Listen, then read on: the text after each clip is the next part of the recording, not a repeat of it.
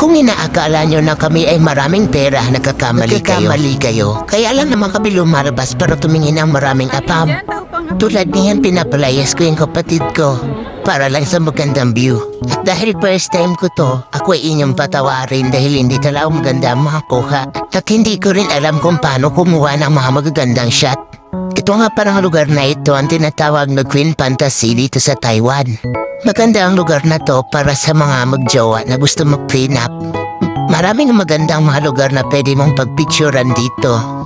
At nataon lang na nauna kami kaya wala masyadong tao.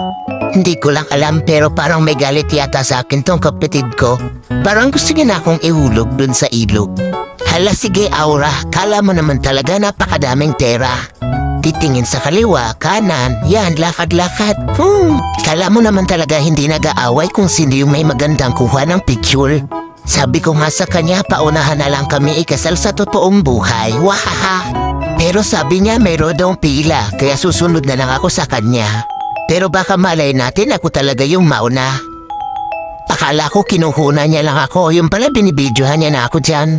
Dahil mahal ang bilihin sa loob, dito na lang tayo umasa sa bendo. Pero dahil wala pala kaming barya ay hindi kami nakabili dyan. Di naman nila malalaman na nauuhaw na kami dyan. Ha. Bali 3 oras nga pa rin binigay sa amin dyan para makapagpa-picture sa loob. Siguro kung isang grupo kayo, matatagalan kayo. Budi kaya sakto na yung 3 oras para sa inyo na maribot yung lugar. Pero dahil 2 lang kami, sakto na sa amin yung 2 oras. Maganda nga pala yung weather na yun, kahit medyo winter pa, hindi na siya ganun kalamig. Pwede na tayo magsuot ng mga damit na pangbakuna. Ang swerte lang talaga namin kasi wala masyadong tao ng mga oras na yan. Dahil nasulit na namin yung 300 na entrance ay umuwi na kami. At pumunta naman kami ng ibang destinasyon para manood ng sunset. Well, hindi siya yung sunset na ina-expect namin. Siguro dahil cloudy ka, hindi siya masyado maganda. Pero okay pa rin naman kasi nasulit namin yung mga araw na wala kaming pasok. At nakapag-ikot-ikot ng konting sandali. Yun lang, salamat!